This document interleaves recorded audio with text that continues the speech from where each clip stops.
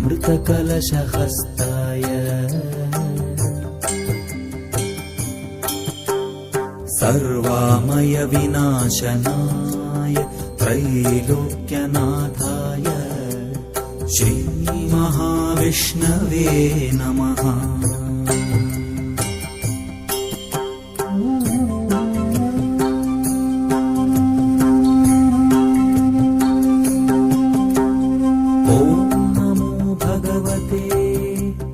वासुदेवाय धन्वन्त्रये अमृतकलशहस्ताय सर्वामय विनाशनाय त्रैलोक्यनाथाय